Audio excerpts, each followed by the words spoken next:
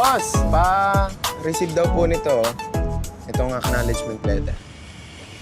Boss! Ganon. Ayaw mo akong pansinin. Wow! Ang ganda nung chick na paparating, oh! At mukhang single! Saan? Ayun, pag babae, mabilis. Sabik yarn. Ako ba naman? Grabe ka naman sa akin. Kilala mo naman ako, hindi ako ganong klaseng lalaki. Alam ko naman.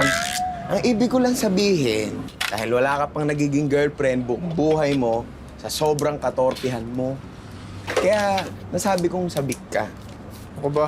Hindi ba pwedeng pihikan lang? Pihikan?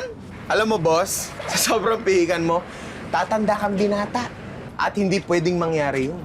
Dahil iinit na naman ang ulo ng mami mo. Ikaw, Richmond! Ikaw dapat magkaroon ng pamilya! Dapat ikaw magkaroon asawa para meron mana-mana nito ating negosyo. Swerte sa negosyo, marami anak na lalaki. Ikaw dapat gato, ganyan, ganon ka. Siyempre gusto ko naman ikasal. Pero dun sa taong mahal ko. Hindi yung na-arrange marriage lang sa amin. Sabihin mo, gusto mo lang ng babae na katulad ng mga karakter dyan sa binabasa mo. Alam mo, kung ako sa'yo, at gusto mo talagang makahanap ng babaeng mamahalin mo hanggang dulo, dapat huwag ka rito. Lumayo ka, gumala ka, mag-explore ka. Kasi, pangit kung dito ka lang no? Sayang. Di mo tinuloy yung creative writing course mo. Eh di sana, isa ka na sa mga nagsusulat niyang nobelang binabasa mo ngayon. Alam mo naman si mama eh. Diba? Hindi pwede! Busy ka nga dito sa hardware eh! Hindi mo kailangan yan! Useless yan!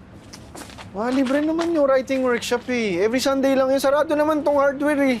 Heh, every Sunday punta tayo ng temple. Get together ng mga aunties mo, ha?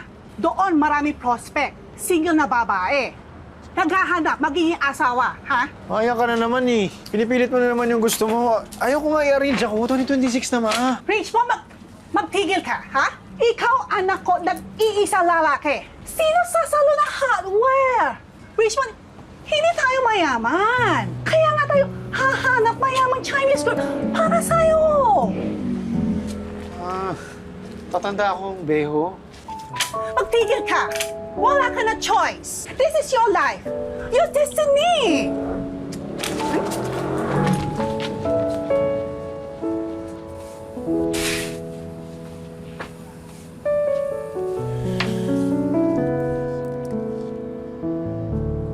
This is it. Hello! Good afternoon!